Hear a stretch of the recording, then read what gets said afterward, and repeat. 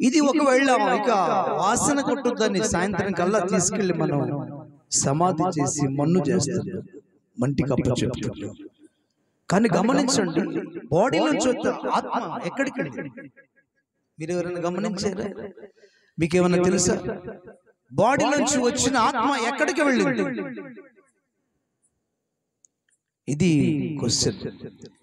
ఈ ఆత్మే తన దగ్గరికి రావాలన్నట యేసయ్య మనందరి కోసం సిలువలో ప్రాణం ఇచ్చాడు. దేవునికి స్తోత్రం చెప్పండి, గట్టి చెప్పండి హల్లెలూయా.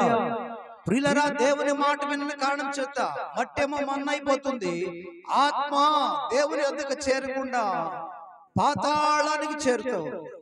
పాతాళములో సాతానుడు అని దూతలు ఉన్నారు. 3 రకాల ప్లేస్లు ఉన్నాయి: అగ్నిగుండం, పాతాళం, అగాధ కూపం. వీటిలో మ్రగ్గుతూ ఉన్నాయి ఆత్మలు.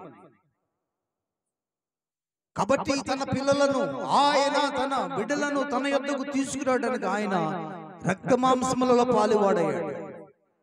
తన పిల్లలను తన దేవుని యొద్దకు చేర్చడానికి ఆయన తన బలి పశువుగా మార్చబడ్డాడు. మన కోసం సిలువలో తన ప్రాణం ఇచ్చాడు. అది సిలువ ధ్యానాల యొక్క విలువ. దేవునికి స్తోత్రం చెప్పండి గట్టిగా హల్లెలూయా.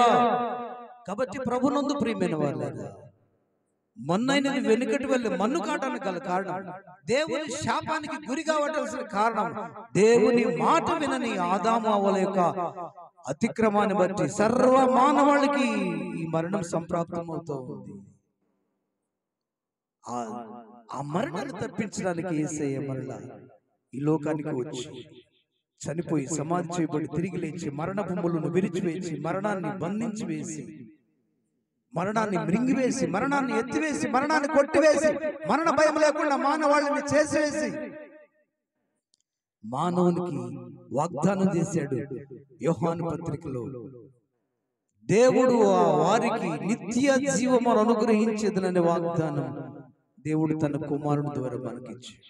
దేవునికి స్తోత్రం చెప్పండి. అవును ప్రియులారా, కాబట్టి ఈ రోజున యేసమ్మ గారు 5 రోజులు ఎందుకు చనిపోయి, ప్రియబిడ్డలారా, తను చనిపోతే మనం తీసుకెళ్లి సమాధి చేసి మట్టి కప్పచ్చు.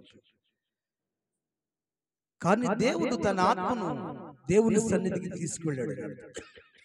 చెప్పండి హల్లెలూయా. మరణము మీన్స్ మరణించిన